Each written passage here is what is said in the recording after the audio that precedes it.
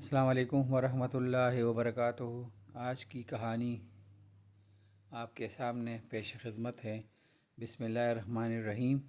کہانی کا عنوان ہے یا اللہ اس ہوٹل پر رش لگا دے۔ ہماری فیکٹری کے قریب ایک ناشتہ پوائنٹ ہے، اکثر وہاں ناشتہ کرنے جاتے ہیں۔ کافی رش ہوتا ہے ناشتے والے کے پاس۔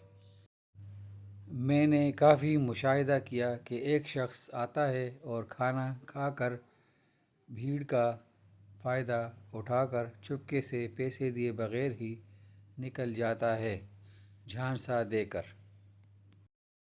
ایک دن جب وہ کھانا کھا رہا تھا تو میں نے چپکے سے ناشتہ پوائنٹ کے مالک کو بتا دیا کہ وہ والا بھائی ناشتہ کر کے بغیر بل دیے رش کا فائدہ اٹھا کر نکل جاتا ہے، آج یہ جانے نہ پائے، اس کو رنگے ہاتھوں پکڑنا ہے آج۔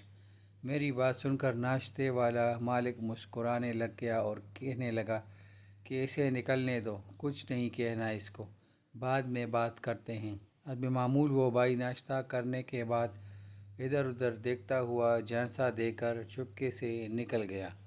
میں نے ناشتے والے مالک سے پوچھا کہ اب بتاؤ اسے کیوں جانے دیا، کیوں اس کی حرکت کو نظر انداز کیا؟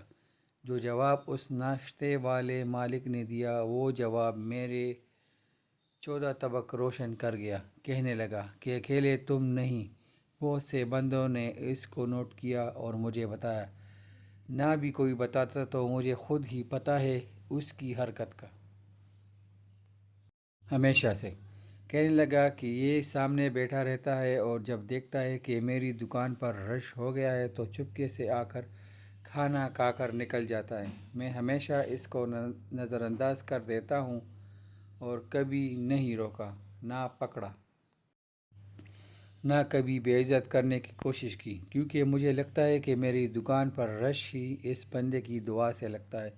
یہ سامنے بیٹھ کر دعا کرتا ہوگا کہ یا اللہ اس ہوٹل پر رش لگا دے تاکہ میں اپنی کارروائی ڈال سکوں، اور سچ میں رش ہو جاتا ہے ہمیشہ جب یہ آتا ہے۔ میں اس کے اور اللہ تعالیٰ کے درمیان اس دعا اور قبولیت کے معاملے میں ٹانگ اڑا کر اپنی بدبختی کو دعوت نہیں دینا چاہتا۔ یہ میری طرف سے نظر انداز ہی ہوتا رہے گا اور ہمیشہ ایسے کھانا کھاتا رہے گا، تو میں بھی کبھی اس کو پکڑ کر بے عزت نہیں کروں گا۔